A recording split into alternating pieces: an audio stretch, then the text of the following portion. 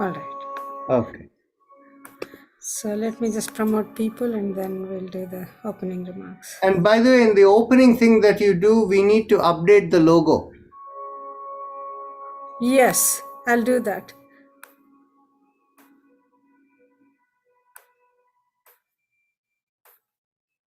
I'll do that.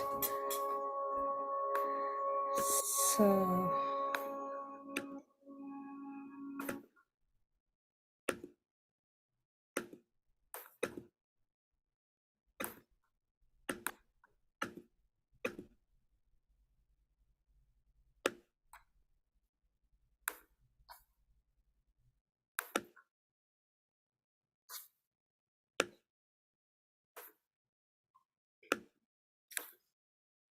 Namaste everyone. Good morning, good afternoon, good evening, wherever you are. Welcome to the daily gentle yoga with Hatha yoga component. Gentle yoga is designed to be palliative or preventive, which means these practices are therapeutic. They they can be therapeutic, but they are primarily designed as preventive measures. Practices include gentle physical movements, breathing, mantras, and meditation. They're extremely beneficial in reducing the stress and increasing the communication of different body's organ systems. Please follow the following suggestions for maximum benefit. You can do sitting on the floor or on a chair for maximum benefit. Sit comfortably and keep your back straight for all sitting postures. Do this practice as gently, smoothly, and without jerks. Slower the practice, greater the benefit. Make sure the breathing is slow and smooth. Become aware of the part of the body you're exercising. Gently close your eyes and bring your awareness inwards so that your experience is deeper. There should not be any pain or strain of any kind. If you do experience any pain, please stop immediately and seek clarification. Please note liability is entirely yours. For your information, there are 2 gentle yoga sessions offered every day, 7 days a week, free of charge, 7 a.m. Eastern Time and 5:30 p.m. And both of these sessions are recorded and available on the YouTube channel Life in Yoga Rajan. You can get links to these sessions and much more information on the homepage lifeinyoga.org. And remember to share this information with family, friends, and others so that more people may benefit. Have a blessed day. Okay, Narayan. Okay, you can put it on Spotlight and Zoom. I'll also make you the co-host. I am already co-host. Okay.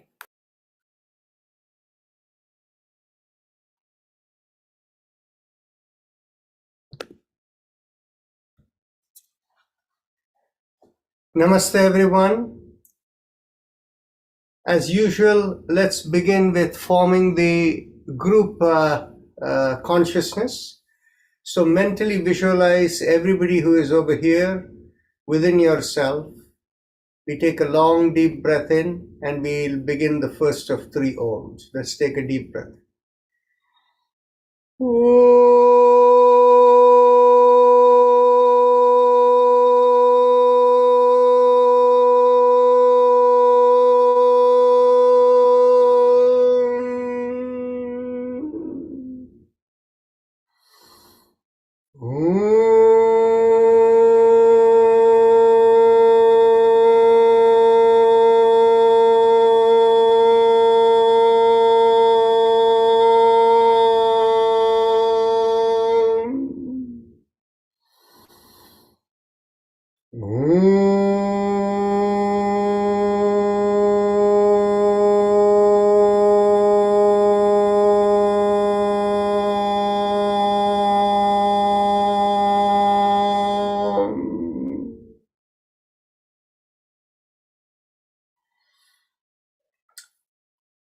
Today's topic for our discussion and elaboration is the pranayama, the breathing practices.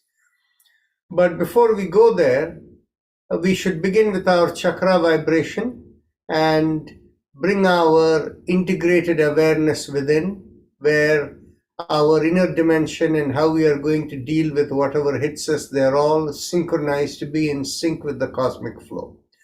So let's begin with the chakra vibrations. Bring your awareness to the perineum, and as we squeeze at the perineum, we do lum, pressing on the little finger with the lum.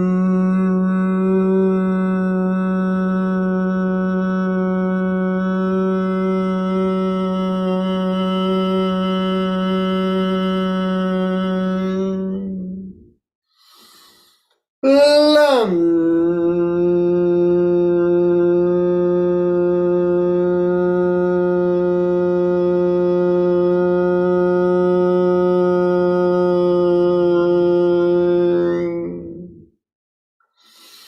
Lam.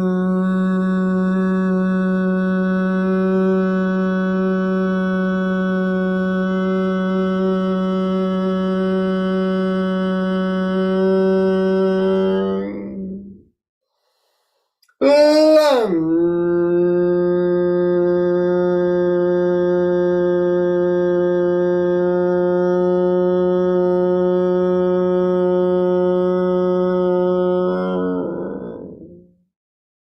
Release the fingers. Continue. Lam.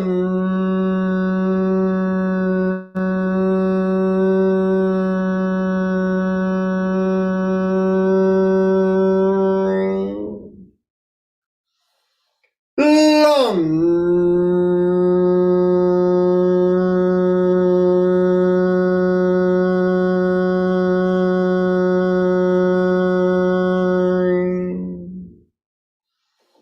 Lam.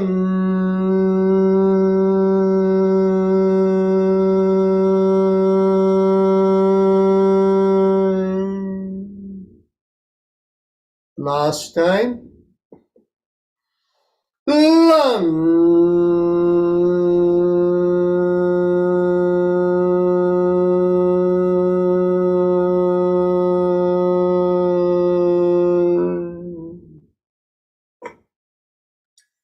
Now, bring the awareness an inch or so above the perineum, behind the pubic area. As we draw in there, we do Vam, pressing on the ring finger with the thumb. Vam.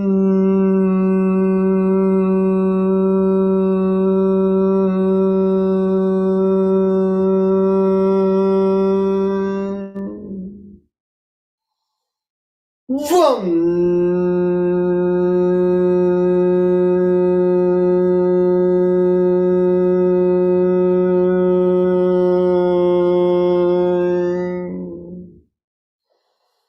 Vam.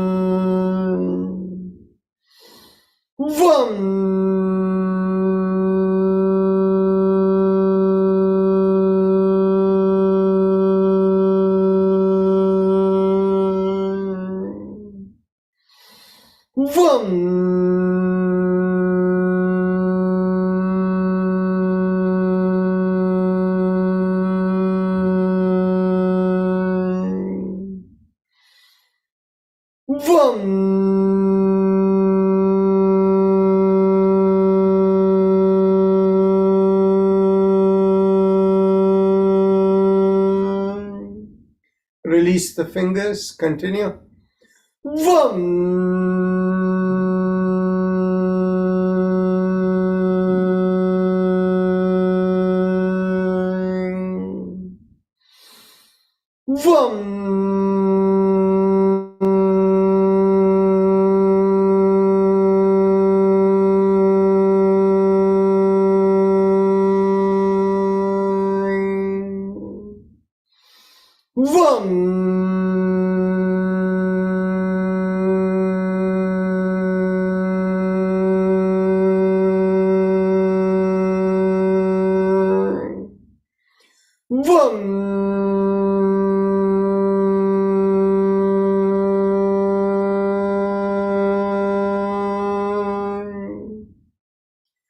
Bring the awareness behind the navel in the middle of the body. And as you draw in there, we do Ram, pressing on the middle finger of the thumb. Ram.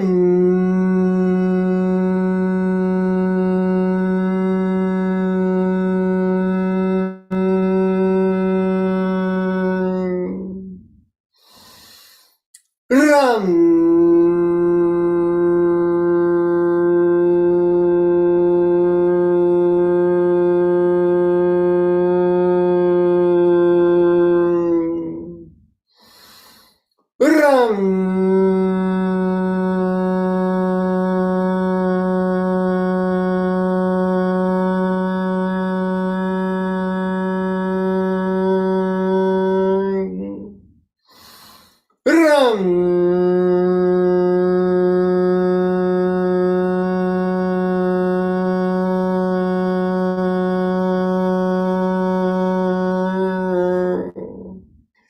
Release the fingers. Continue. Ram.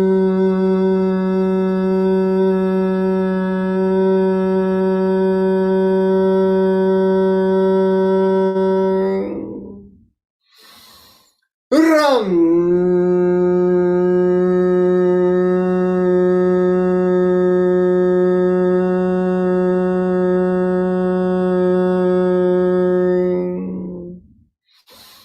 Ram.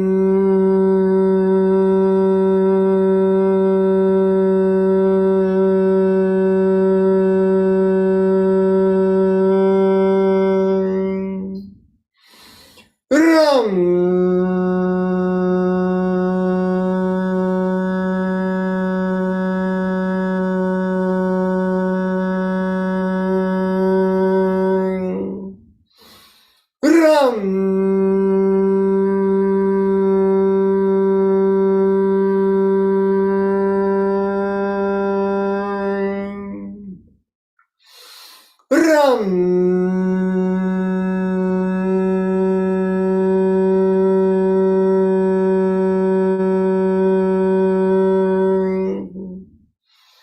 Ram.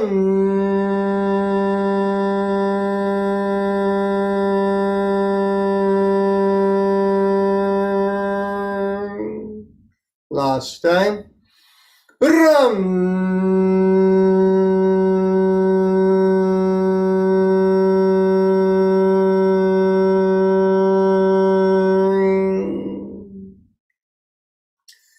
Now bring the awareness to the middle of the chest in between the breasts, and here we do yum, pressing on the index finger with the thumb. Yum.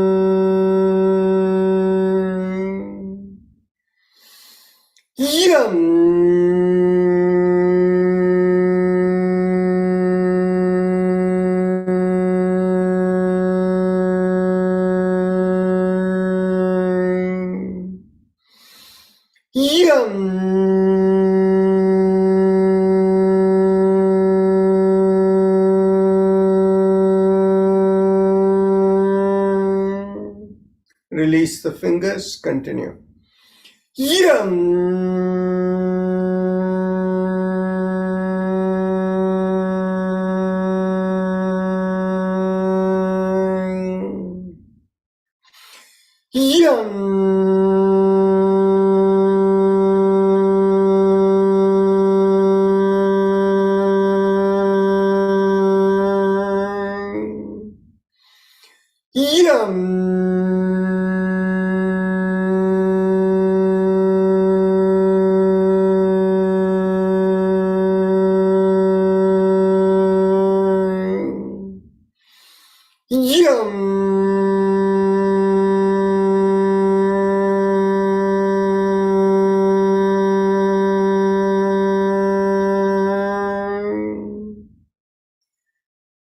Last time.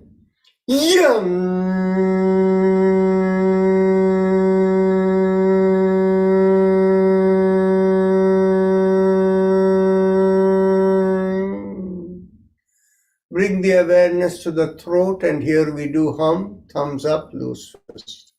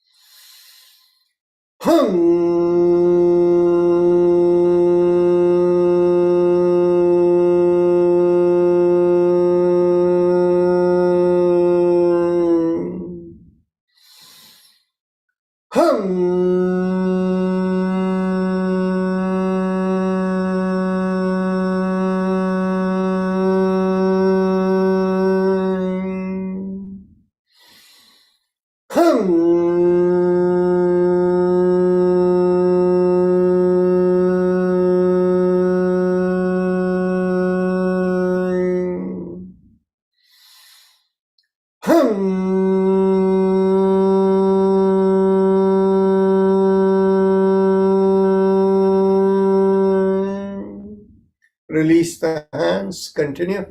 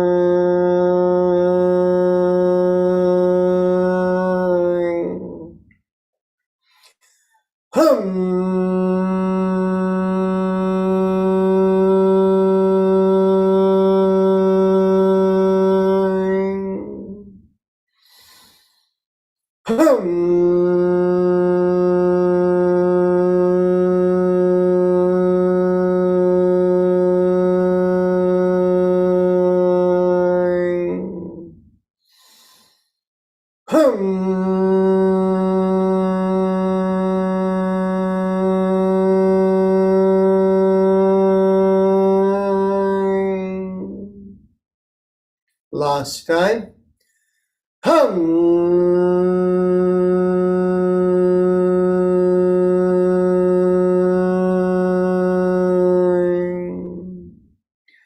Bring the awareness to the middle of the head, and there we do chum, thumbs up, loose fist.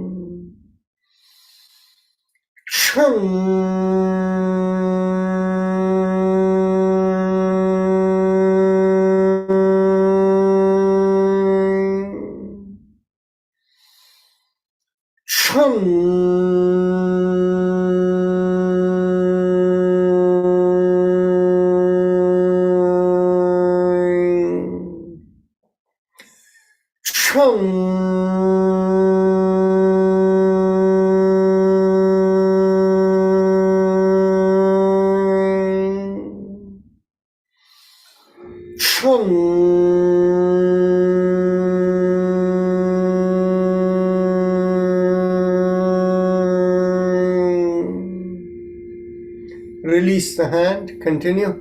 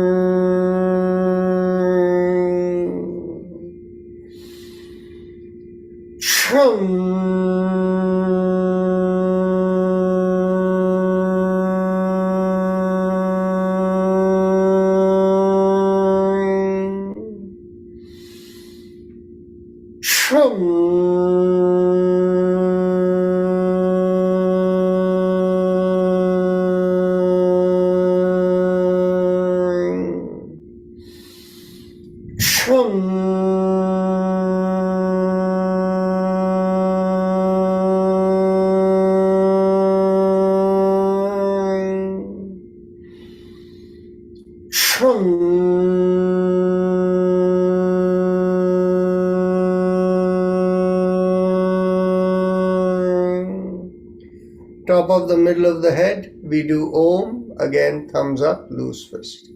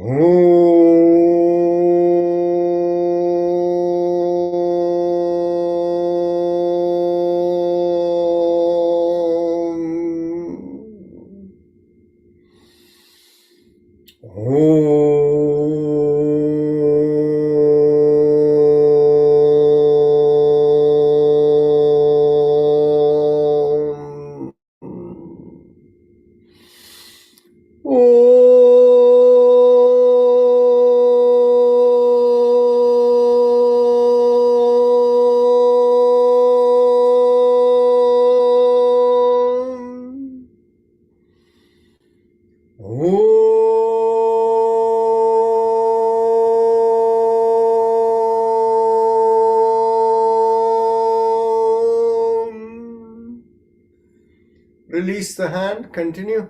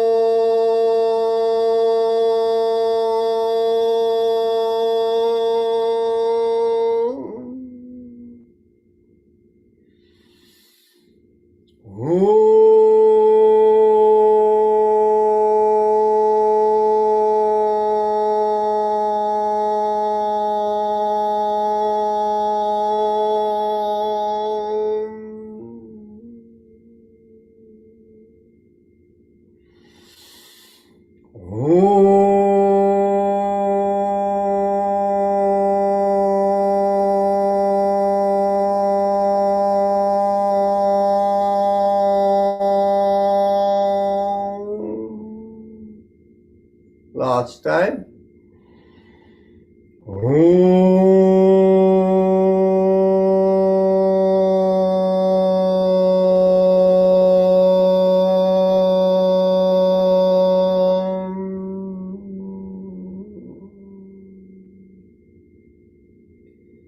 Observe within the lightness you feel, the integrated, balanced way which you feel within. So now we can open the subject of our breathing practices. When I say the breathing practices, it's a little different from saying pranayama. Pranayama essentially is the program flows within us or the communication within us that regulates the vitality in the system. So that is what is pranayama. Now, a significant component for ordinary people who have not yet been able to connect with the higher domain, the zone of how the regulation of the vitality happens within them really comes from the breathing. Why? Because on a moment by moment, when we take in oxygen, we breathe in, we take in oxygen.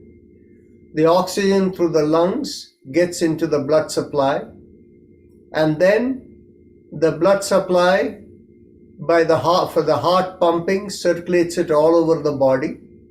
And along with the oxygen is also going the stores of sugar that we have taken from all the carbohydrates and fats which are broken down, and all of that which we have taken from our food. So that goes to all the cells of the body, circulating through the blood vessels, and that is what results in each cell of the body producing heat as the energy as it takes in the glucose and oxygen and uses them as fuel. Now, the heat that is produced is not random heat. Along with the heat are also the amino acids and things that are produced as part of the instructions that come from the RNA, that is from the DNA to the RNA, whatever sequence they are all coming. And each cell in the body produces the required amino acids according to their functions. And also heat is also something that comes, and also water becomes a byproduct of it. And the heat that is there retains the biomagnetism of the body. The biomagnetism allows for the communication of all the other communications in the body. What are the other communications? From a yogic perspective, we say the regulation of the prana is pranayama and the communication is called prana. But then there are four other pranas. There is the Vyana, Apana. Vyana is the communications that go to control the fluids in the body. Apana is the one that goes into the physical tissues. Then we have Samana, which is what we can loosely interpret it as gene expression.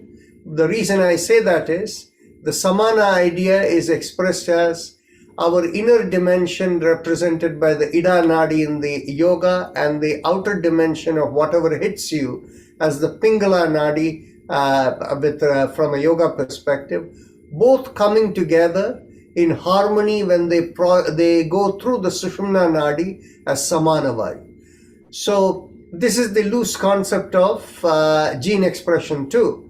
That is, our genes are one, and the epigenetic factors that hit us on a moment by moment basis, the DNA, when it copies into when it comes out into the RNA is modified according to the needs of the epigenetic factors. So we can think of it that way. So the Samana, and then finally Udana is the connection into the cosmic zone, and that normally happens for most people in deep sleep. And for people who meditate, it also happens through the meditative process. So the communication for all of this is dependent on the regulation of prana, or the regulation of vitality that promotes all this communication. And all of this is determined by the biomagnetism of the body, or the electromagnetic field which we have. Once that dies, the body is dead. That's why the body becomes cold when the person is dead. And since the vitality regulation is the key element that comes from the brain and through the nervous system, so when a person is brain dead, the person is thought of as dead.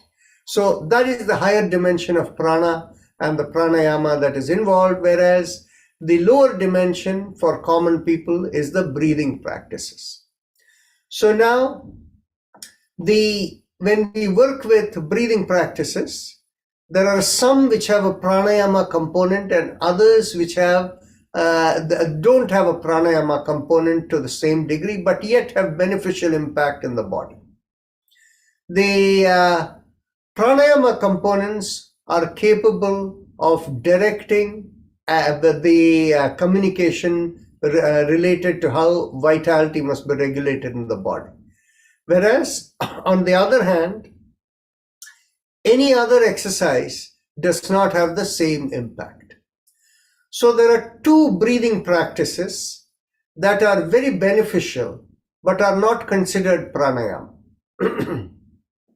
So the one breathing practice which we are all familiar with is Kapalbhati. It is considered a cleansing practice.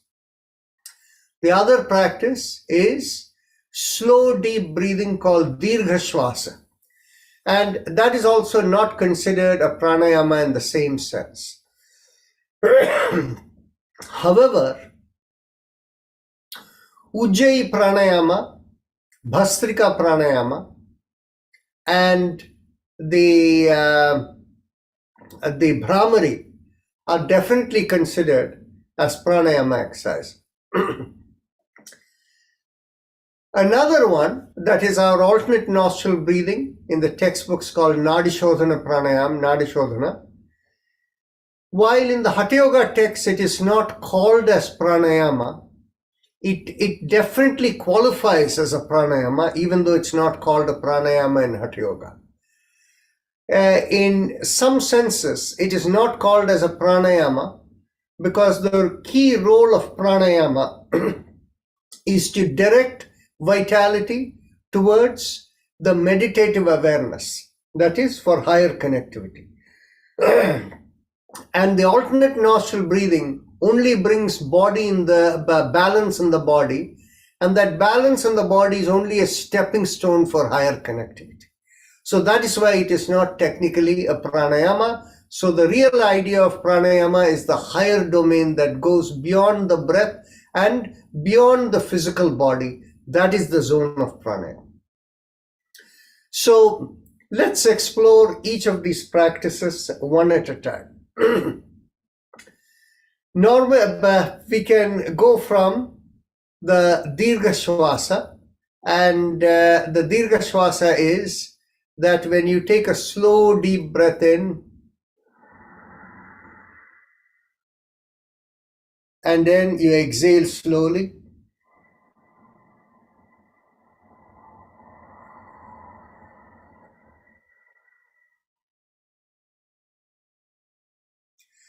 So when you take a deep breath in, for different people based upon how they have their body, mind, spiritual configuration, how they are at this time, when they take a deep breath in, they may not be able to evoke all the parts of the deep breathing. So what are all the parts?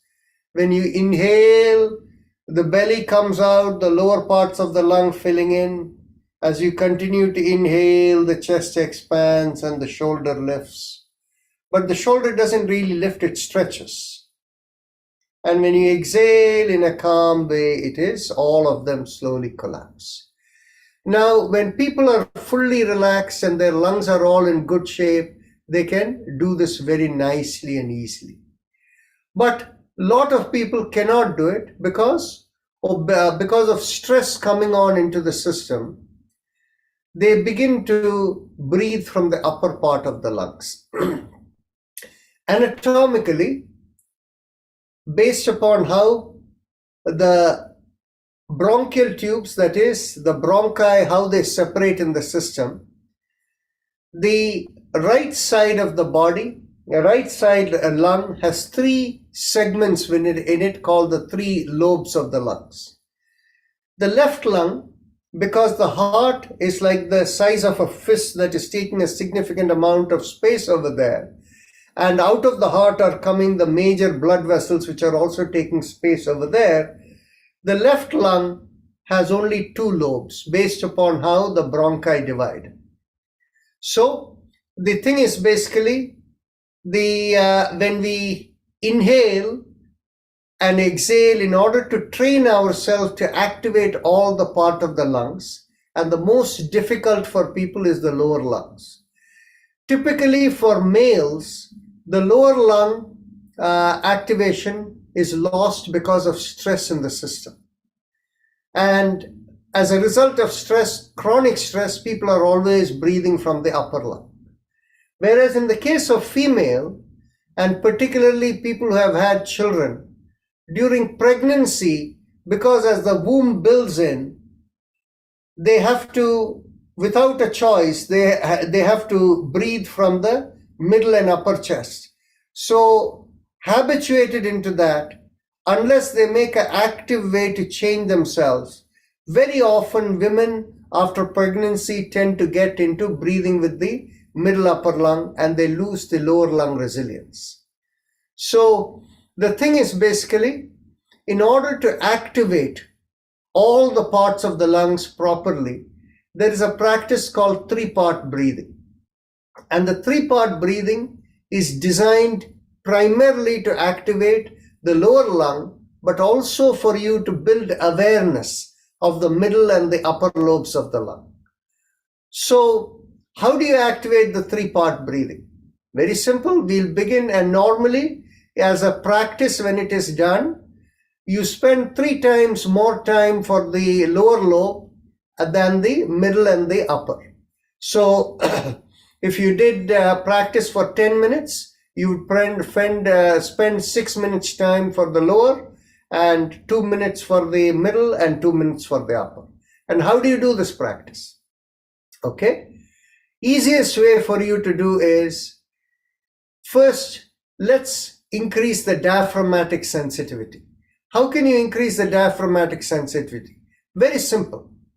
There are 2 ways in which you can be aware of it. One, if you blow your nose, can you feel the belly go in? You can try blowing, all of you. You can feel like the diaphragm is lifting up. Anybody not feel that? Nobody. So all of you can feel it. Another way is you can pant like a dog. You will feel the diaphragm being lifted up. So what happens is, once we recognize that is where we need to work in, an easy way to do this is to lie down and feel the belly come out as you inhale and feel it go in as you exhale. And very often people will put something, they'll put their hand over there, or people will put like a little bit of a weight, like in yoga studios, they use the small sandbags over there for the compression. Inhale, come out, exhale, go in. So let's practice this for 1 minute. Inhale, feel the belly come out. Exhale, feel it go in.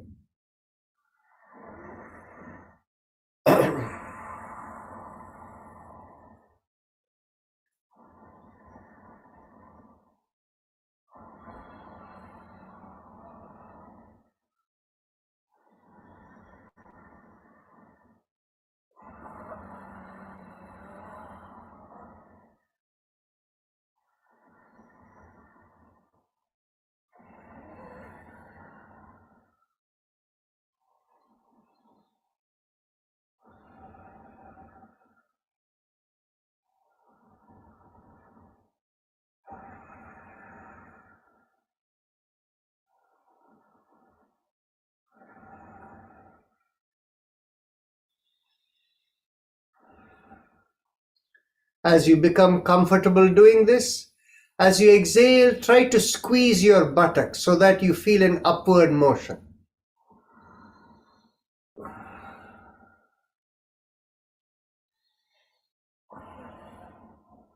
Inhale, belly out, and exhale as the belly goes in, squeeze the buttocks.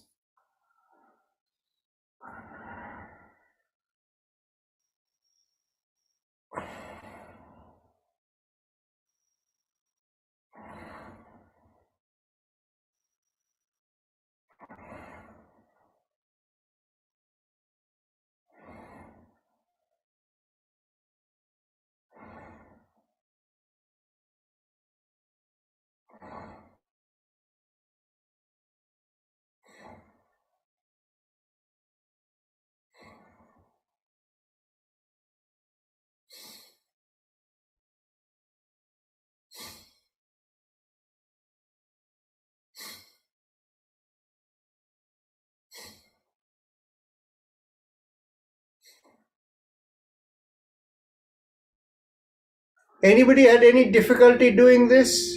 You can speak up. Hopefully you have the ability to unmute. And yes, if Ratna has given the permission to unmute, all of you can unmute and you can speak up if anybody has difficulty. So if nobody speaks up, no difficulty, let's go on to the mid lungs. So how do you activate the mid lungs? Very simple. Keep your hands like this. As you inhale, make an active effort to open like this, the chest opening like this. Exhale, feel it coming. So,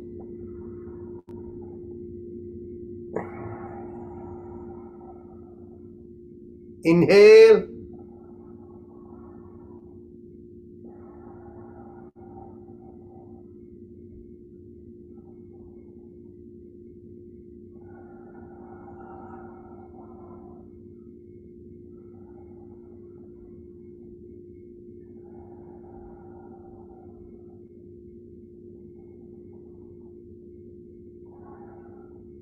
Very nice. This, of course, most of you will find it very easy.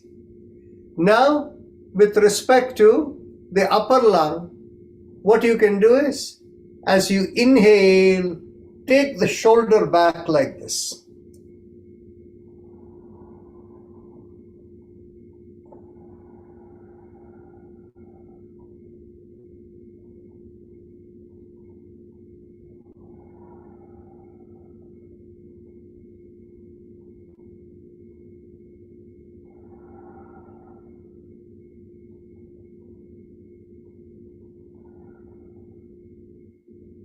Now, this again was not that difficult for most of you, but now that you have observed the three parts, let's make a focused effort where we can do all the three parts together.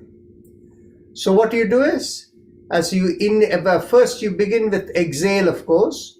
When you exhale, you can feel the diaphragm come up, the pelvic area lifting up, that is the buttock squeezing up.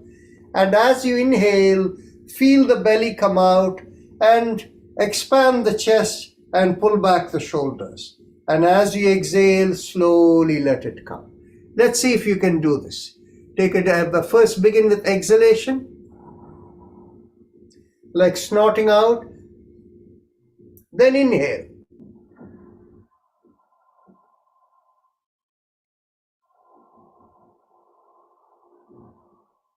Take the belly in as you exhale.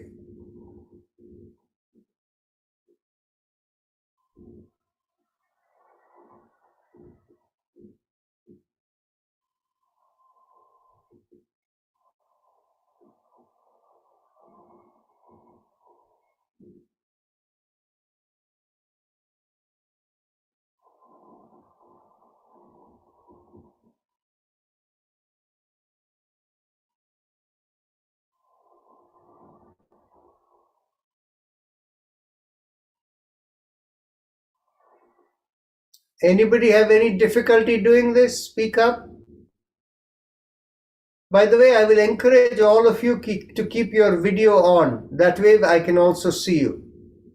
Now, if nobody has any difficulty, what now I want you to do is focus a little bit more. As you take, remember, please keep yourself muted. Some of you, if you unmute yourself, there will be feedback. Okay.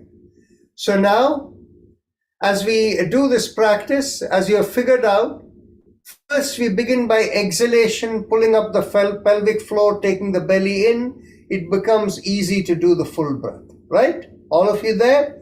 Now, what I want you to focus on is, make the inhalation active in the sense you do it with focus. And as you exhale, be just an observer. Let the exhalation happen on its own. But as it is happening on its own, make sure the belly is going in and pelvic floor lifting up as you exhale.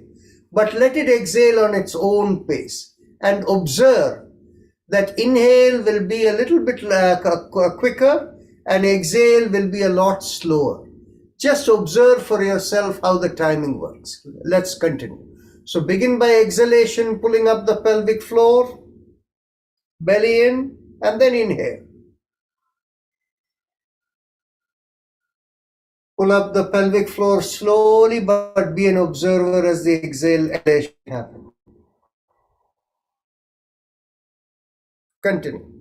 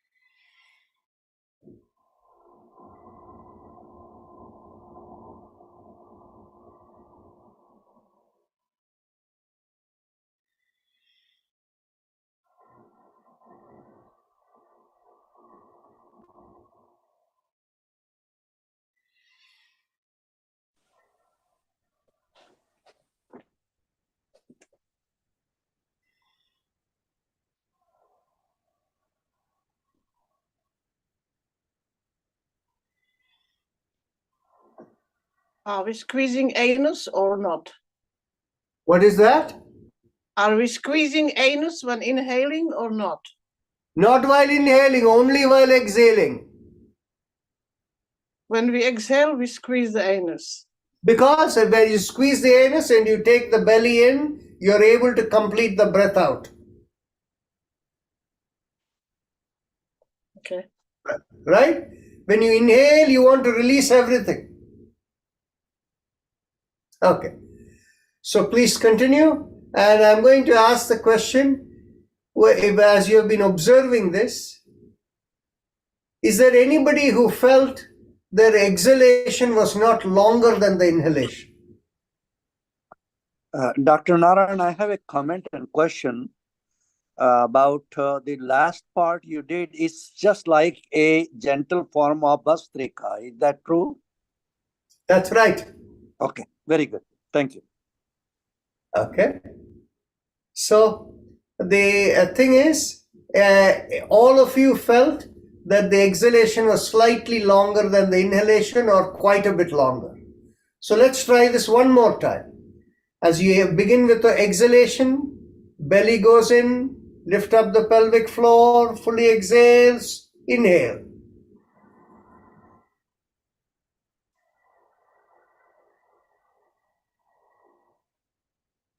Inhale, 1, 2, 3. Exhale. 1, 2, 3, 4, 5, 6. You can feel how exhalation is longer. Now, this particular practice from a physical dimension is supposed to be highly relaxing, and there is associated with how we breathe, there is a concept of stress management in yoga. And stress is very closely related to pranayama practices. The yogic definition of stress is that the demands of your system are higher than the amount of vitality available in the system to function, to meet the requirements of the demand. That is the yogic definition of stress. Now, the conventional, idea of stress in the system, of course, is very similar, but yet from a psychology perspective, they will put it in a different way. In a conventional physiology, they use the word allostatic load. Allos is the physical body. Allostatic load is essentially our demands in the physical system is too high, the load. When the load is too high, stress is created in the system. And that is why when too much stress is created, people who have a weak heart at that time, they can have a heart attack and it can have highly negative consequences. So that is why when you take it with ease, you keep your allostatic load down, the physical body stays in good health and all of that. But then the allostatic load is also related to the mental state of mind. So as I explained yesterday, that when we are relaxed, the brain is taking 20% of the nutrients of the body, 20% of the blood is going up there for the brain to do its job as the regulator of vitality in the system, since vitality is the most important thing. And when the mind is clouded, with either it is too much focused on something or it is worrying and things like that, it is taking several times its normal volume of blood, so there is less available for other parts of the body to function, right? So the thing is, when you breathe slowly like this, it has two effects. Because you're focused on the breath, the mind doesn't go elsewhere. And mind worrying is the source of the lot of load being caused in the system. And the second thing it happens at the same time is, because you're doing deep breathing, there is more oxygen coming in the system, and that increases the available supply of vitality in your system. So supply is larger and the demand is reduced because the mind calms down. So now there is a common relationship between pranayama and the effectiveness with how it manages the mind. Pranayama practices typically are correlated with mind activity in the sense, because of the focus that you do, but because of the relaxed way you do, it ends up calming the mind. And there is when the mind becomes absolutely calm and quiet, and the mind becomes absolutely still, the mind merges with your chitta, or your spiritual being, your causal body. As a result, that brings complete stillness and becomes a stepping stone towards the next level of samadhi, right? So that is why pranayama is considered very closely related to mind activity. Okay, so now let's go to the second technique. Any questions on this dirgha pranayama? Because this is fundamental for you to breathe properly. I Right? had a question, Dr. Narayan, about Yes. during pregnancy or after pregnancy, you said the lower lung breathing can be activated, especially after postpartum. About the the Kapalbhati could do that job. Now, but we'll come to Kapalbhati in a moment. Okay. What happens is, Kapalbhati is a little bit of a forced practice. It's a forced exhalation that comes from the Hatha Yoga tradition. The Hatha Yoga tradition is not as specific as the Yoga Sutras, that whatever is done should be done without strain in the body. So now what happens is, the key part of what we just did right now, after the delivery of a baby has been completed for the mother, usually for a period of about 6 weeks for normal birth, and for births which are not normal, where surgery or cesarean or something is involved, it could be longer than 6 weeks. And normally the doctor will guide on this, that initially, immediately after that 6 weeks or 6 plus weeks period, the lady is only supposed to take rest and maybe doing mild walking inside the home. But rest is what is called for, because the tissues in the body have been severely stretched and they need to heal. Before the healing has happened, you can't do any practice. So after that 6 to 8 or 12 weeks, depending upon the state of the person, the first practice to begin is the slow, deep breathing practice. Now, when the slow, deep breathing practice is done, when the diaphragm is not moving, that's when you begin with the slow snorting motion or the pulling in motion, keeping your hand actively. When you do this actively, with the hand going in, see how slowly you do it. You do it slowly with control, whereas in Kapalbhati you do it faster. There's a difference. So after birth, for at least a period of 6 weeks, it could be longer for some people, none of these should be done. They just need to relax and be in the deep state till the wounds of the delivery are healed, right? Okay. So let's continue further. Now let's go into the Kapalbhati practice. Kapalbhati is not a pranayam practice. It is a cleansing practice. In the Hatha Yoga system, they believe you need to cleanse your physical tissues so that vitality can pervade better in the body.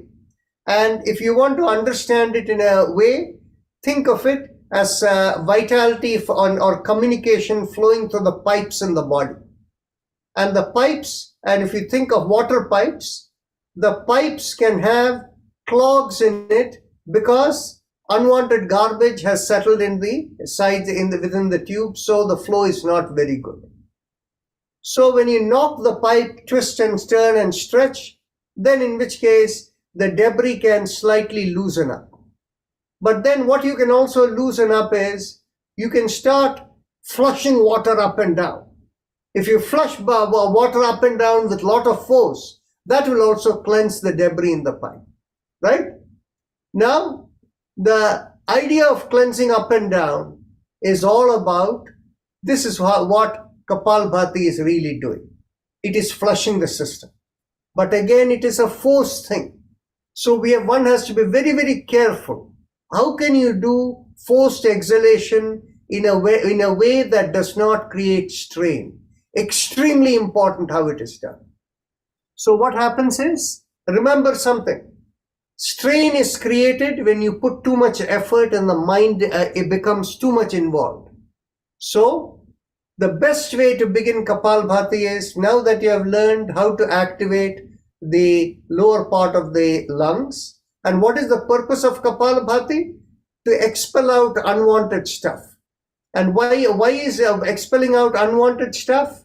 Some of you may not know that in the research that has been done as to what kind of molecules come out of a person's breath, the research shows that up to 250 different types of molecules can come out of a person's breath. What are these 250 different types of molecules? Of course, the principal molecule is carbon dioxide coming out when you exhale, is of course normal.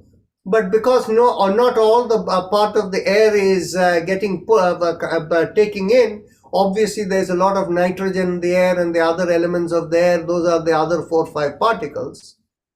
And then as part of the cellular respiration of energy production that is taking place, what is released is water. Heat and water is the output of energy production. So what happens is, that is why when you breathe out, there is moisture coming out. So H2O is another molecule that is coming out in your breath. However, those are not the only thing. They are about only 10 items maximum that we are talking about. Where are the other 240 items? So what happens is, anything else that is ingested in the system, that the system doesn't want, while normally through defecation, through urination, through sweating and all of this, a lot of it is being thrown out, you also throw it out through your breath. You know, if you eat something that is not suited for you, not only will it affect the defecation and all the other elements, but it will also come out in the form of breath, and there will be an odor in your breath. So if there is an odor in your breath of the food item that you have consumed, then in which case you will find that that food is something you either are eating too much of that or you shouldn't be eating it at all. Sometimes if you eat too much of that, it will come, and sometimes even if you take the smallest amount, it will come. So when people say, oh, it is normal to smell after eating garlic, that's not true. There are people who will eat garlic and there will be no smell near them, right? So you figure out what is right for you.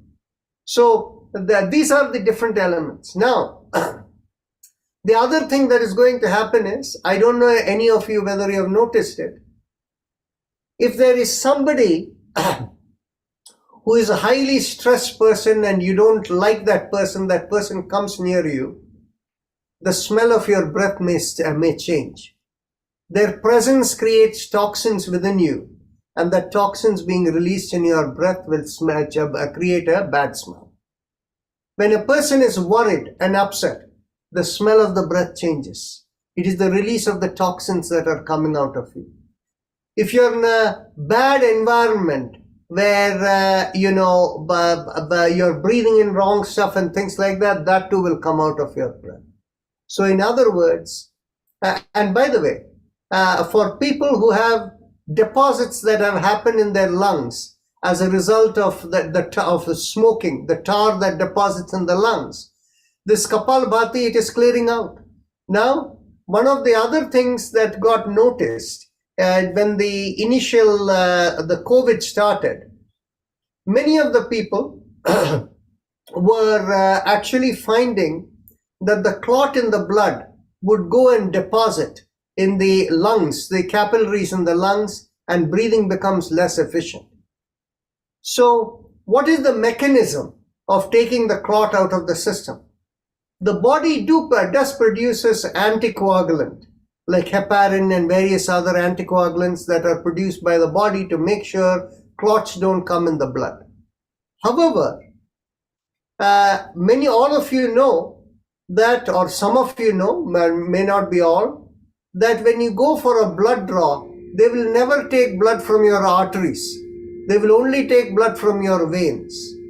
There are two reasons for that. One reason for it is, of course, the veins do not function based upon the pressure coming from the heart. That is how the arteries function. The veins function because of the valve and muscular movement. However, there is a second reason. Anytime you puncture your skin, there is a clot created. And when the clot is created, the clot, when it goes through the veins, the lungs also acts as a secondary filter of any clots that come in the veins. And minute clots that come and get trapped in the alveoli, over a period of time, they are released in the alveoli as very minuscule molecules, almost like microdust that comes out of your breath. So you can imagine how much of a cleansing element is involved. This is the reason Kapalbhati is considered a very effective practice. However, it has to be done without strain. So let's do the Kapalbhati without strain. So how can you do it without strain? You've already mastered the 3-part breathing. So begin by exhaling out like snorting out, and then take a deep breath in, feel the belly come out. And now when it's come out, hold the breath there, and again start snorting, but in an easy way.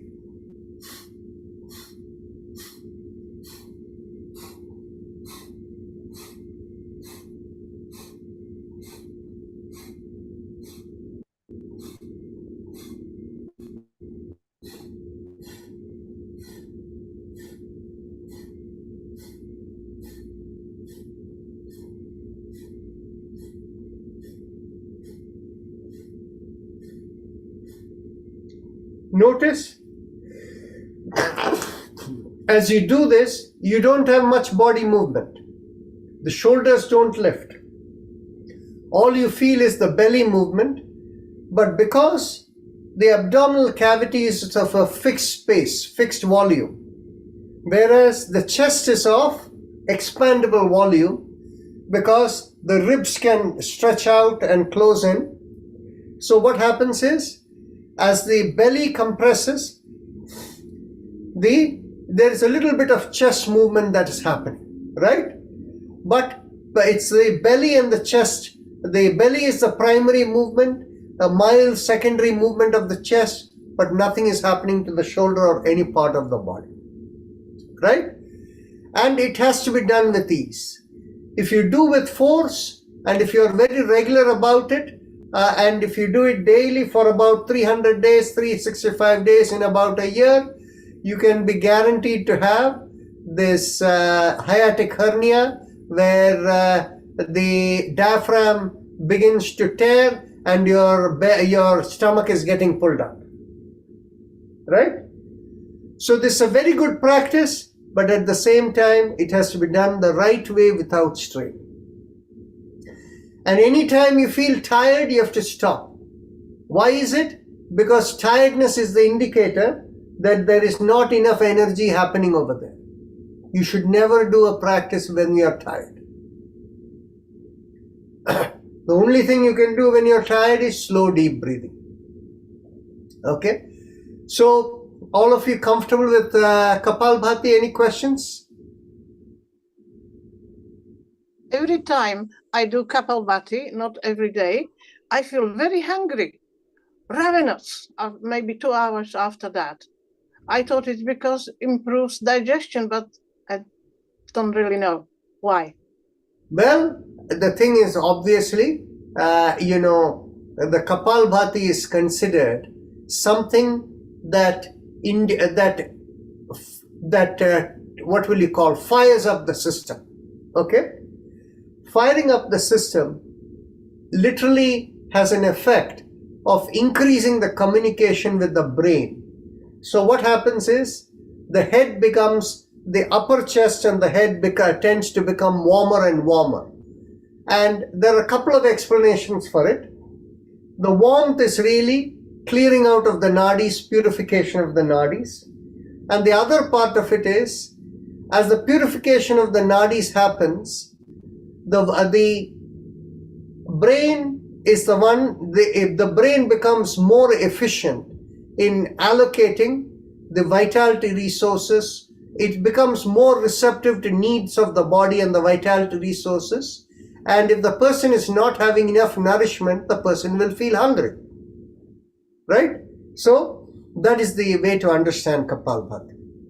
Now, because it fires up the system and increases the communication in the head area because of the brain, sometimes Kapalbhati increases the energy flow in the blood flow in the eyes as well. So it makes the eyes better. Now, Kapalbhati only increases the energy flow, okay? Blood flow in the head and eyes because of the brain becoming more receptive. That's about all that is happening. But it's not completely a cure for eye problem, because it's a cure for all the blood needs of the body, because the flow improves, because the communication improves with the brain, right? That's why Kapalbhati is considered overall, cleansing for the entire body system. Now, okay? Thank you. Okay, so let me proceed next to, please stop me if you have a question. So I'm now proceeding to the next pranayam, and the next pranayam I'm going to go into is Bhastrika pranayam. Before I go to Bhastrika, I want to do the alternate nostril breathing. The technical name for alternate nostril breathing in the Hatha Yoga text and in the Tantra system is actually Nadi Shodhana pranayam.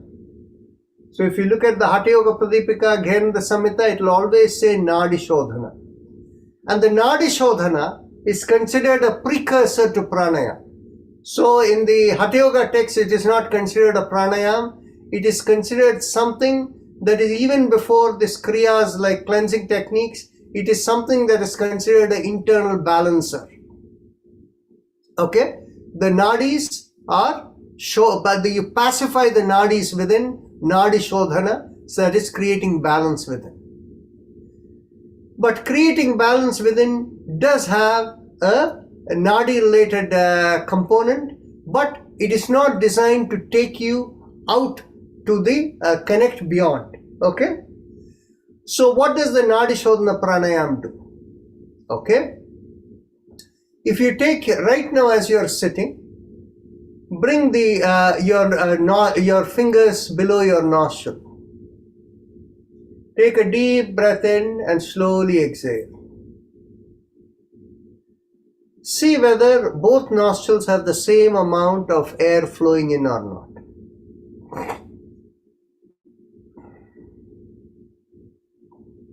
How many people feel the right nostril has more air flowing? Raise your hand. Okay? How many people feel the left nostril has more air flowing? Excellent. Okay. When the left nostril has more air flowing, the left nostril is connected with the right brain, and the right brain is your intuitive being. You're in a highly relaxed, calm, let go state. And when the right nostril is more active, the left brain connected over there, the mind is more active. You're in the what do I have to do, that kind of a mode. So what happens is, in order to balance the two, you do the alternate nostril breathing, because the breathing inhalation activates that part of the brain, exhalation relaxes that part of the brain. Okay? Now, there is a very interesting way in which you can balance it that is also different. So if you have a pillow or something close by, if you find the right nostril is more active, take a pillow and put it under your right, under your right arm, hold it over there and see what happens. You'll find the right nostril become less active and balance. If your left is more active, bring it under there and you will find it becomes more balanced, right? So the objective of all of this, of course, is to balance the two elements of the two lobes of the brain to create complete balance in the body before you're ready to go into meditation. In the Hatha Yoga system, there is something called Shambhavi. The Shambhavi system, mudra, is really designed in the Hatha Yoga system. They have these various concepts of how to pressure the Mooladhara and things like that, and in order to attain the higher connectivity and all of that. But it doesn't really happen because the Hatha Yoga system is more focused on bringing silence in the system. So what do? When they do the alternate nostril breathing, they hold the breath between inhalation and exhalation and keep the awareness so that calmness comes into the head. Okay? But we don't need to go over there. For us, it has a much simpler yogic purpose, is only to balance the two lobes of the brain, which means it is balancing our inner purpose with the outer things that are hitting us by doing the alternate nostril breathing, right? So now, the alternate nostril breathing, remember, the idea is only to balance the two lobes of the two hemispheres of the brain, and to, in the process, make the Sushumna Nadi to be fully balanced, which means by integrating your inner dimension or your inner purpose with whatever is hitting you from outside, you are in sync with doing your purpose living your purpose of life, that is doing your swadharma. So that is why the alternate nostril breathing is considered very important, and that is why in many religious practices too, people often do in any temples or whatever, they do the alternate nostril breathing before doing any practice, because it is about fulfilling your swadharma. Okay, so now it is only the alternate nostril breathing that matters. Does it matter how you do it? Whether you go like this or like this, or whether you go like this, or you can internally control? No, it is really the breath that matters. But there are various ways to do it. So let me demonstrate, but the basic way is the following. By the way, we always begin with inhalation from the left nostril. Why? Because when you inhale from the left nostril, it activates the right hemisphere of the brain, which is it connects with it activates your inner dimension. When you exhale through the right nostril, it relaxes your dimension that engages with the outward world. Why do we do that? Because most of the time people want to relax. That's why they do this. Now, there were a couple of people who said their left nostril was more active because they are in a relaxed state. For them, if they want to, it is completely okay to begin inhalation from the right nostril. But what I would recommend for them is that they can begin by exhaling from the they can begin by exhaling from the right nostril and then inhale from the right nostril and exhale. So that way they can activate the right nostril in the beginning. But again, what happens is it really doesn't matter which way you do it. For most people who are stressed and more outward focused and all of that, the beginning with inhalation from the left nostril has become the standard. Okay? So if you close the right nostril, inhale from the left nostril, it activates the right hemisphere. And when you exhale from the right nostril, closing the left nostril, it relaxes the left hemisphere. Inhale from the right nostril, activates the left hemisphere. Exhale from the left nostril, it relaxes the right hemisphere. So this way, through the process, it will balance the two. There are different schools of yoga that work with different ways to do the same balancing. It really doesn't matter. But what activates this even better is intention. So the power of intention or focus. So how do you do that? In some system, what they do is, when they keep their hand like this, what they do is, they will keep their one finger right at the top of the forehead in the middle. So what they will do is, they will inhale from the left nostril and then exhale through the right nostril, inhale through the right and exhale through the left, keeping that. The reason they keep the finger there is, many people don't realize it, is when you inhale through the left nostril, you visualize the focus of the breath or the awareness to go from the left nostril through you under the right eye, making like a bow and arc. And when you complete the inhalation, you bring the awareness to the middle of the forehead, right at the topmost, at the hairline, just where the hairline starts, right at the top, where typically the Indian women wear their sindoor over there. And as you exhale through the right nostril, you visualize it come through the left side and go out of the right nostril. So it's like an arc, like a bow. And when you inhale from the right like this, exhale this way. The visualization increases the impact. So it increases and it is quicker. Now, why is this important? You see, what happens is the two hemispheres of the brain need to be balanced is absolutely true. But there is a critical component that is involved, that is in between the two hemispheres of the brain, there is one area that connects the two that is called the corpus callosum.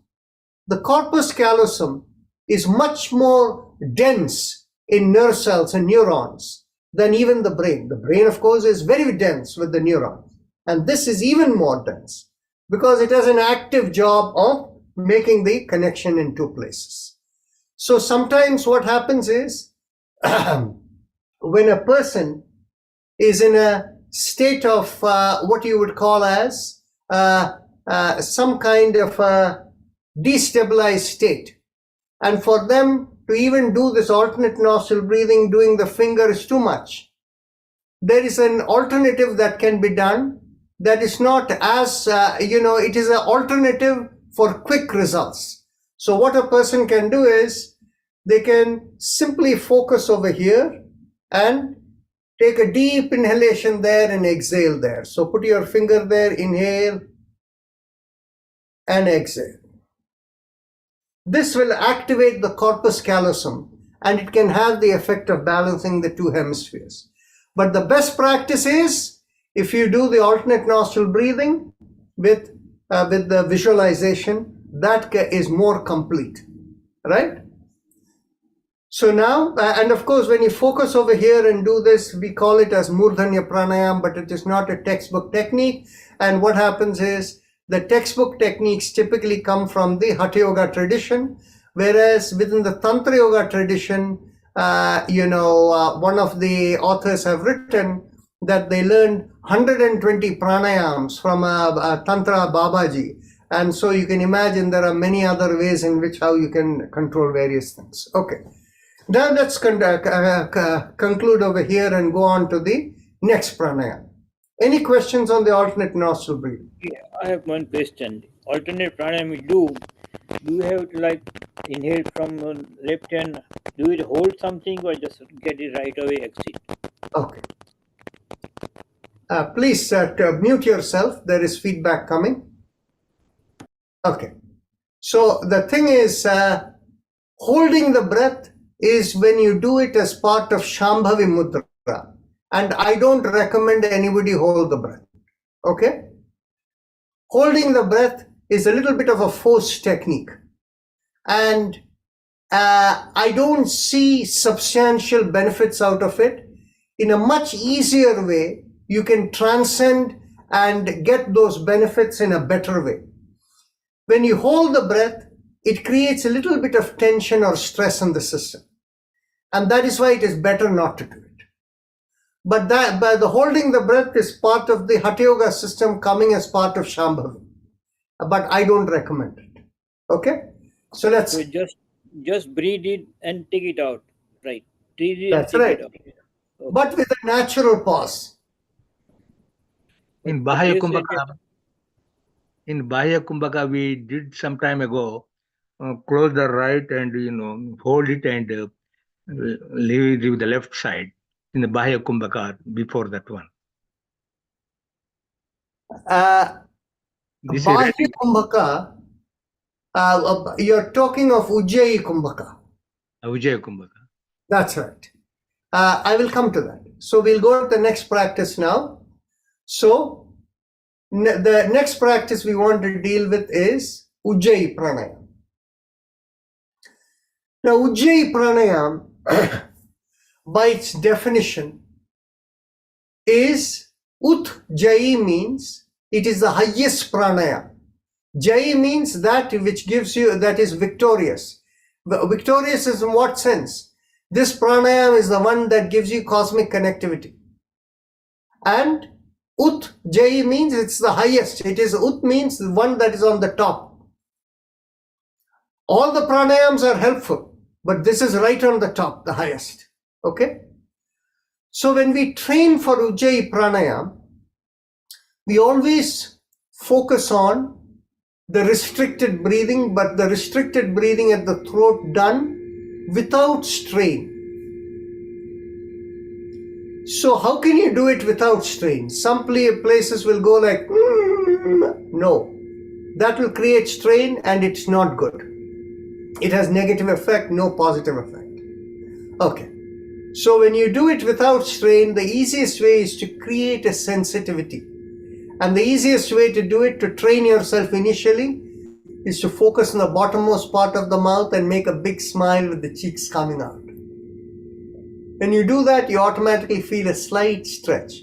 That slight stretch is enough because it creates sensitivity, awareness at that point. And then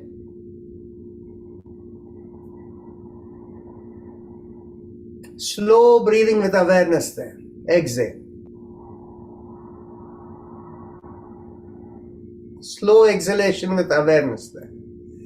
Now, to see whether you're doing it well or not, when you're normally breathing, if you keep your finger in here, right at the glottis area. Glottis area is not at the throat, it's far below. If you take deep breath in slowly,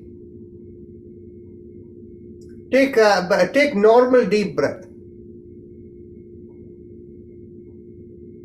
You can feel a mild sinking when you inhale and when you exhale, like it is coming back to normal, right? Now, when you do Ujjayi with focus over here, see what happens.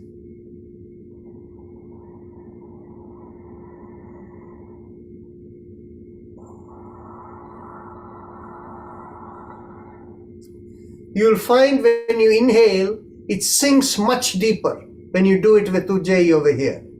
And not only does it sink a lot deeper, when you exhale, it does not come up like the normal way. It still stays somewhat sunk. Can you sense it? Yeah, any question, feel free to unmute and ask. You can unmute and ask. If you're not unmuted, I won't hear what you say. Okay, it looks like all of you can feel it, sense it. Excellent. Now, when you do this Ujjayi, this alone is enough for a beginning Ujjayi. But the real Ujjayi described by the textbook is, when you inhale, you should inhale from this area. And what is this area? From a Vedic system, we know that this is the point where you have your cosmic transmitter. What it calls as, we call it as the Atma Chakra. This is the seat from where all the connectivity happens. And how does the Veda describe it? Sa Brahma, Sa Shiva, Sa Hari, Sa Indra, Sa Paramaswarat. That is how this is described, this point. Okay? So what you do is, focus on this point over here. You can feel the little sunk area in the lowermost part of the sternum. From that area, when you do, where we can have the Ujjayi over there, feel it rise from there up to the head, and when you exhale, feel it come down the middle. Inhale from here, exhale down the middle. When you inhale, it is coming along the front of the body. When you exhale, it is going down the middle of the body. So this becomes the higher visualization. Think of it this way. When you did the alternate nostril breathing was one aspect, visualization increased the impact. In the Ujjayi pranayama, when you do this only focused on the throat, it is the breathing aspect. When you do the visualization, it takes you into a higher zone, right? Now, there are other schools. For the sake of the Ujjayi can also have some cleansing aspect. For the cleansing aspect, they do Ujjayi in different ways. I don't want to go there. It is not textbook Ujjayi, and it can also present some problems and issues. So we'll skip on that. Okay? Now, there are two more pranayams left for our discussion. Actually, three more that we do on a regular basis. We are running out of time, but I'm going to extend a little and cover them. Okay? So, the one which we want to deal with is the Bhramari pranayama. So how is Bhramari done? The Bhramari, you take a deep breath in, and as you exhale, you create a sound that is really coming from the lower pharyngeal area. Like,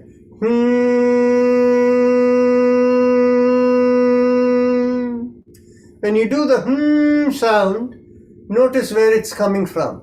It is coming from this area towards the back. Lower part of the mouth is where it is coming from, right?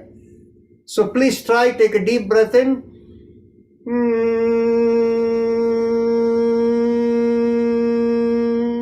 You notice where it is coming from? Now, the correct way to do it is not to force the vibration, but to let it flow smoothly. So you take a deep breath in.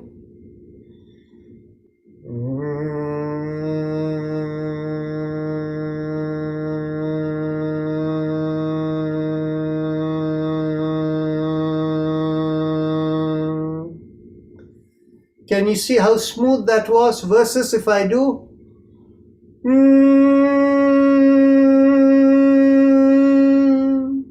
It appears like the same sound, but there is force there. Can you see the distinction? I'm going to do it slow again, see.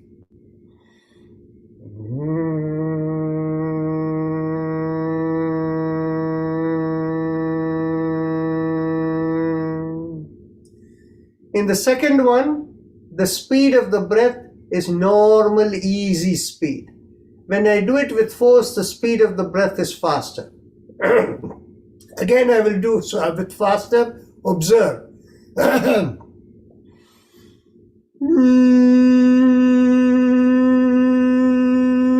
The sound is also more. Whereas when you do it with ease, see how it happens.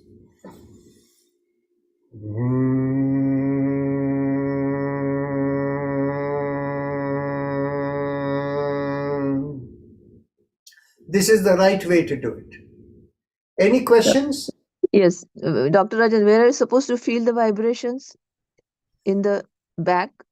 The vibration will be in many places, but you will feel the sound emerging from the back of the mouth, the lower back part of the mouth. Okay, all right, thank you. You feel the sound emerging from there, but you feel the vibration in many parts. Where all you feel the vibration? Just watch. Take a deep breath in and do it slowly and deeply.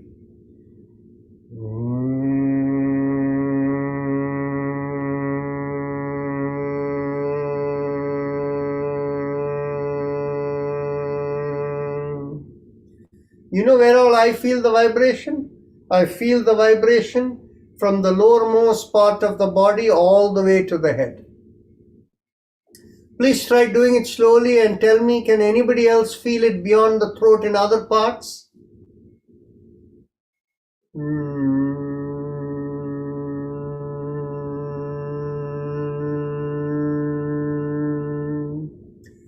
Yes, excellent. How many people can feel it in other parts? Excellent, excellent. Okay? And one of the things about this is, anytime you feel discomfort in the chest, in the heart area, just do this slowly like this 10-20 times, it will go away.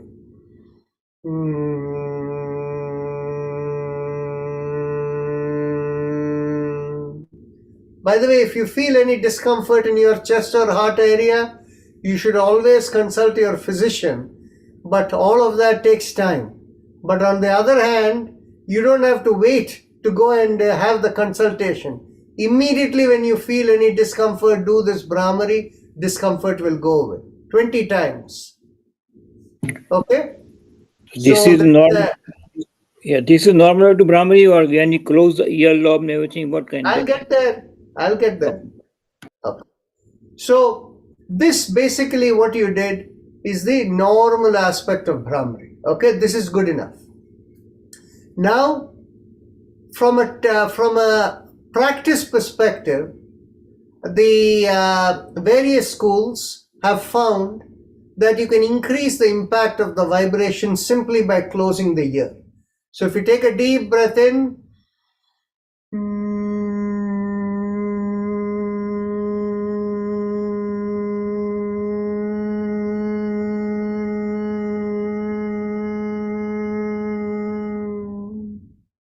watch what happens. Close your ear, open your ear and see the difference. When you close your ears and when you do it, this becomes very subtle, like fine light. Whereas on the other hand, when the ears are open, you feel like coarse vibration. Can you see the difference between coarseness and fineness? Try it.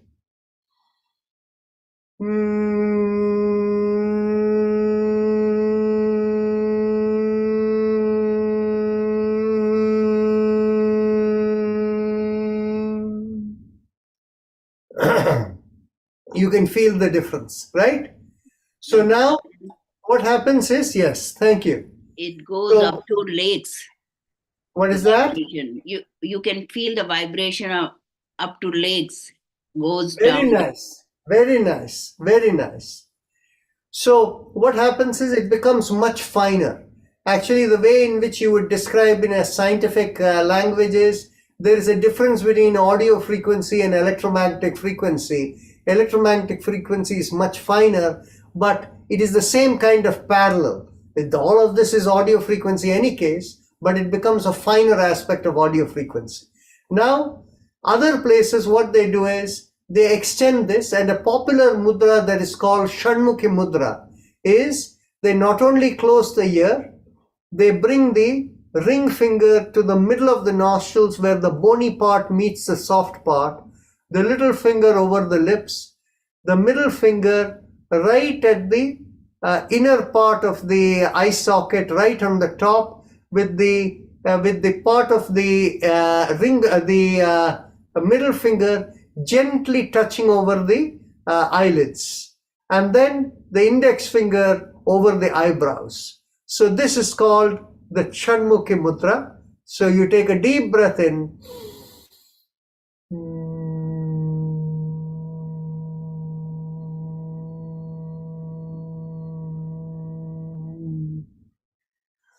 Now, wherever you put your finger, that area becomes more sensitive and vibrates a little bit more. Now, in the Yoga Institute, they do this with the ear closed and bringing the fingers above the two hemispheres of the head.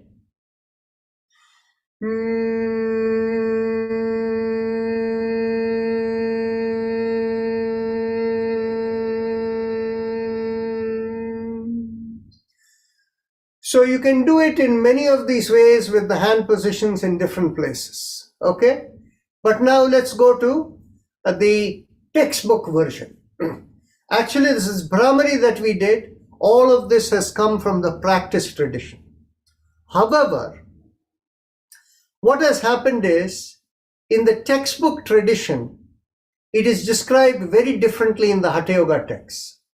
I believe all of this practices that we do has come from the Tantra tradition.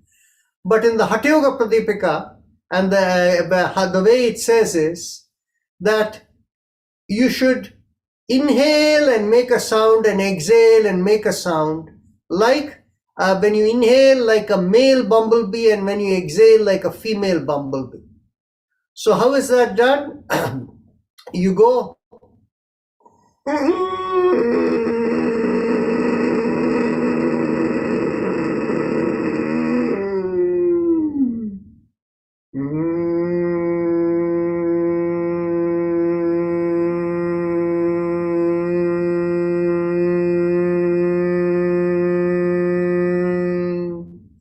exhalation is same as before, the same spot. But when you inhale, you not only are trying to, there's a mild sucking sensation with a sound, and that sucking sensation happens from the back of the nose all the way down to the back of the mouth. So it happens.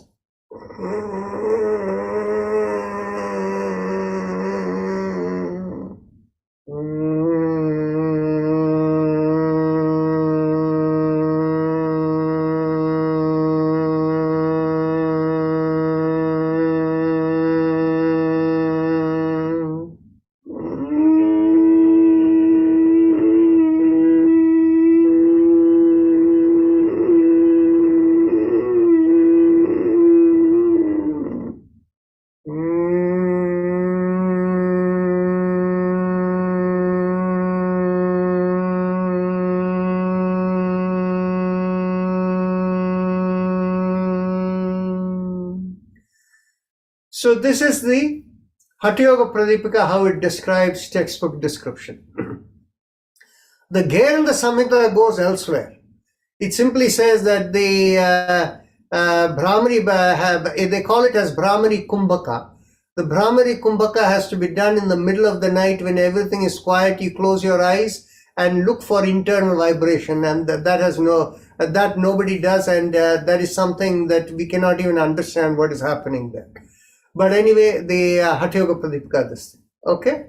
So, for all practical purposes, this kind of a thing, one of the, in the Himalayan Institute, they make this recommendation to do like this for people who are singers, vocal singers.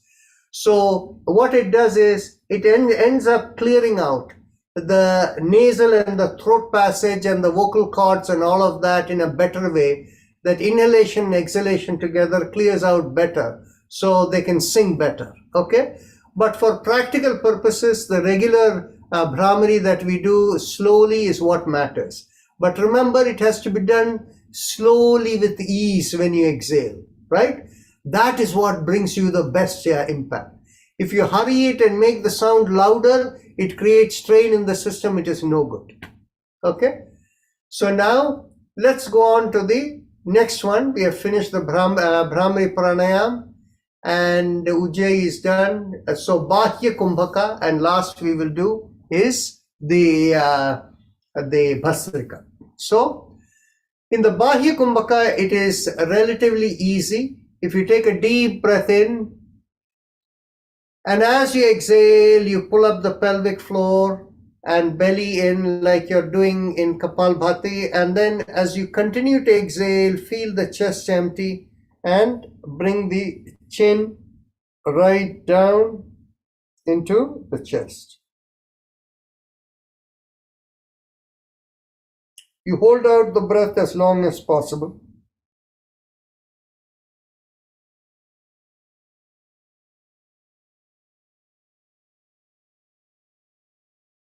And when you're ready to inhale, slowly lift up the head. Belly comes out, chest expands, everything takes. Once you're fully inhaled, again do the exhalation. Pull up the pelvic floor.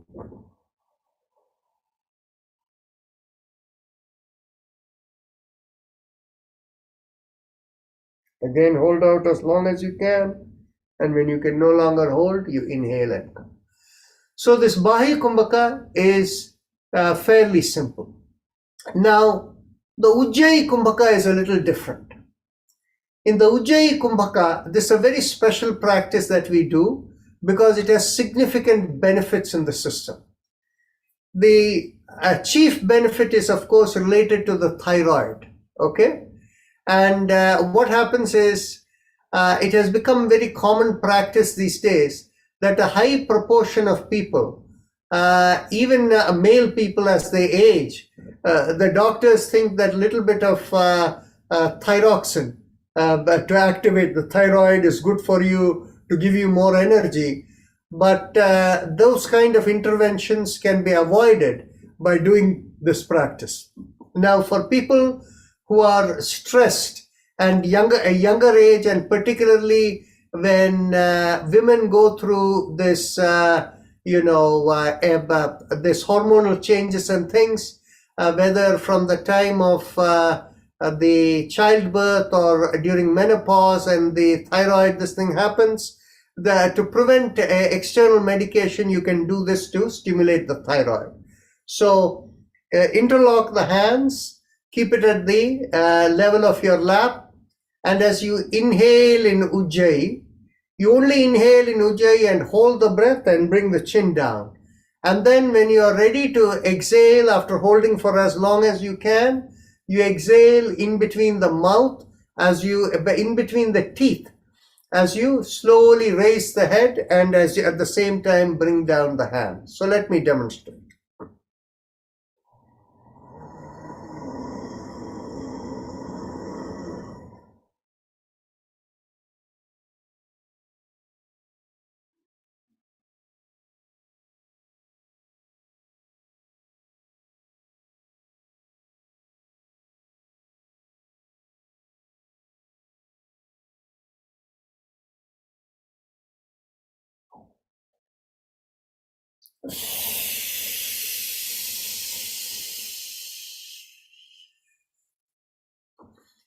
Right?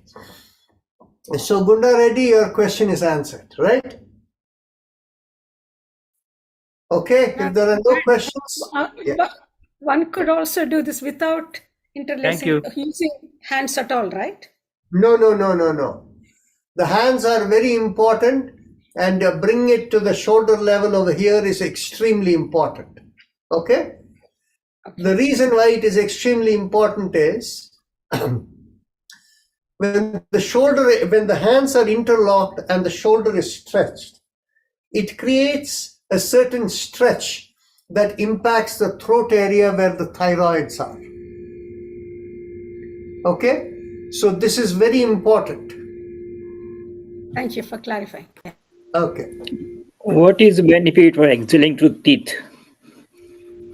Oh, the thing is, you see, when you breathe in between the teeth, automatically the exhalation is a restricted exhalation. And that restricted exhalation, just like in the way in Ujjayi, when we do restricted inhalation, where it stimulates the restricted exhalation creates added stimulation for that area.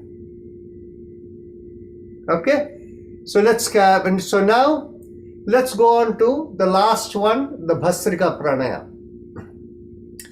And the Bhastrika Pranayama, by a textbook definition, is simply, you see, the Hatha Yoga Pradipika and the Genda Samhita describe it in slightly different ways.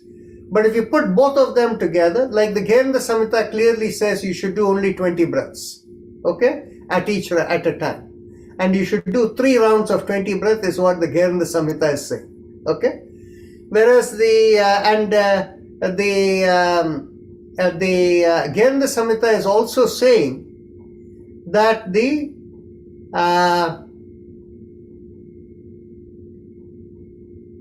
exhalation needs to be peaceful and slow. Okay, it needs to be. The word is I'm trying to look for. Never mind. The Hatha Yoga Pradipika. The Genda Samhita basically says the inhalation has to be faster than the exhalation. That's what the Genda Samhita says.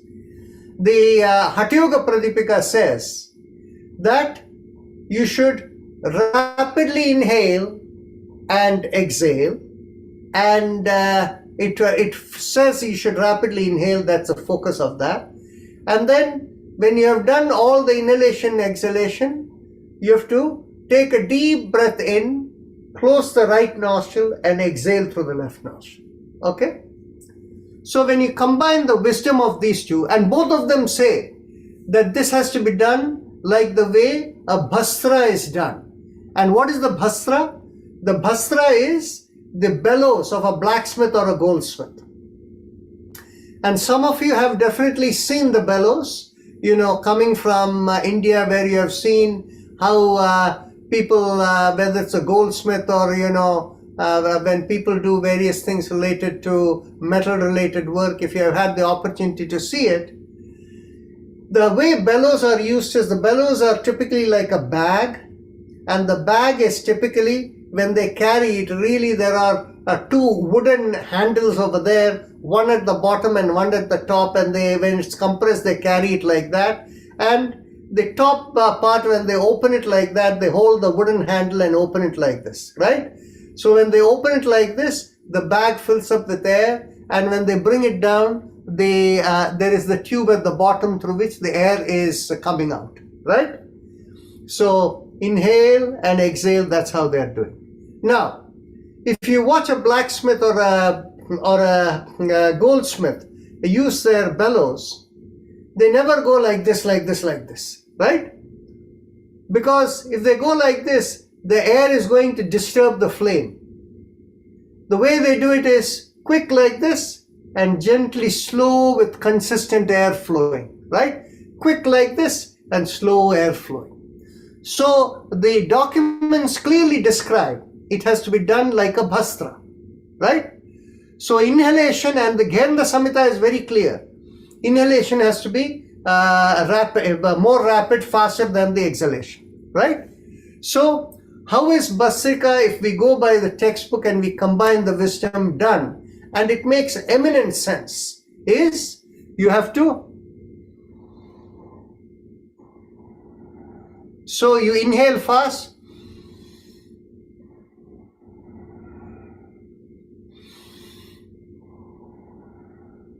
but now when you do this like this to normal breathing, what is happening is you need to make a focused effort to inhale from the belly, expand the chest, and pull back the shoulders. So you need to go.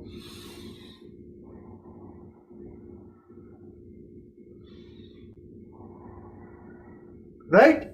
So while the books don't say it, in practice, we use hand movements to promote this movement that enables the expansion of the lungs, right? So how do we do this? if we close the fist and bring the elbows right into the side of the chest, and if we compress the air and let everything, if we exhale completely, then what do we do as we inhale? As we inhale, when we start lifting up the elbows, feel the belly come in, and as the elbows lift, makes the chest expand, and open out the palms and take the shoulder backward, you complete the inhalation.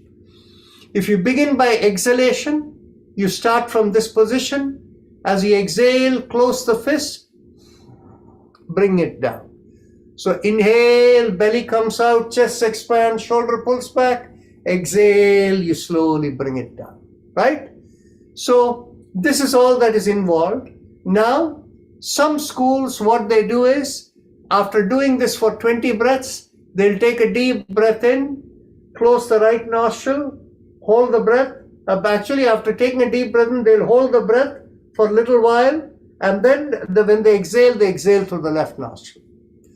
This holding the breath after doing Bhastrika is very common, and then exhaling, because what happens is when you do rapid breathing of Bhastrika, there is so much rapid inhalation of oxygen in the system, it can create what is called confusion in the brain. It's called respiratory alkalosis in a physiological sense.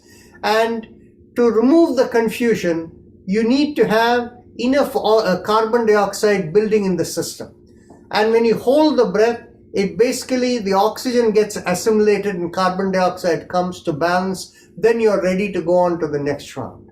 Now, if you don't do a holding of the breath, then in which case you can close your eyes and wait till all the sensations have dissipated from the head, and then do the next 20 breaths like that. So we do it with the Ujjayi Kumbhaka, because the Ujjayi Kumbhaka combines all the benefits of the thyroid and everything else that comes in, and it serves the purpose, so that's why we do it. So let's do one round of Bhastrika before we close, right? So you can have this position, exhale, close the fist and come down, fully exhale. Now inhale, exhale, 2, inhale, exhale, 3, inhale, exhale, 4, inhale, exhale, 5, inhale. The gentleman in that Ramani Goda over there, your hand is lifting up too high. I don't see you fully. Don't lift it up very high. It is just like this. Okay? The lady is doing it fine. So continue. 6.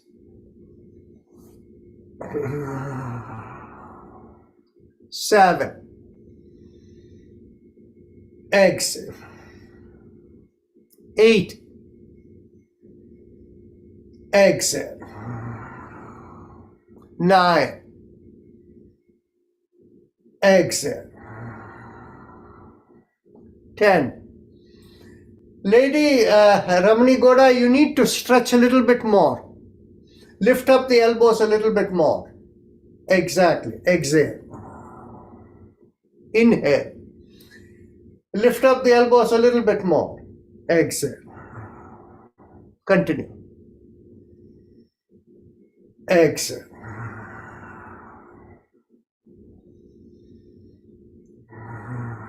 I have lost count. Let's go to 15. Exhale. 60. Exhale. 70. Exhale.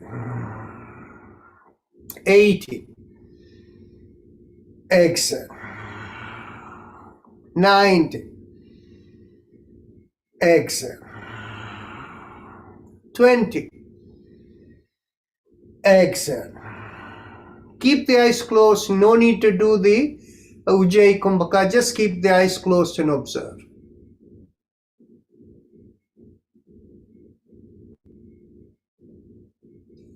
Feel the calmness in the head, quietness within.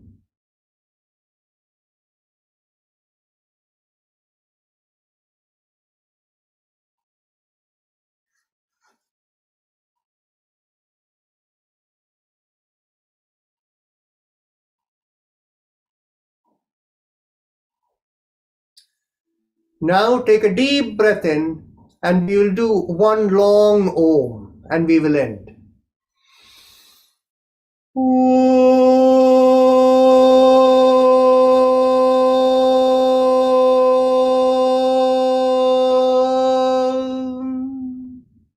Keep the eyes closed for at least half a minute.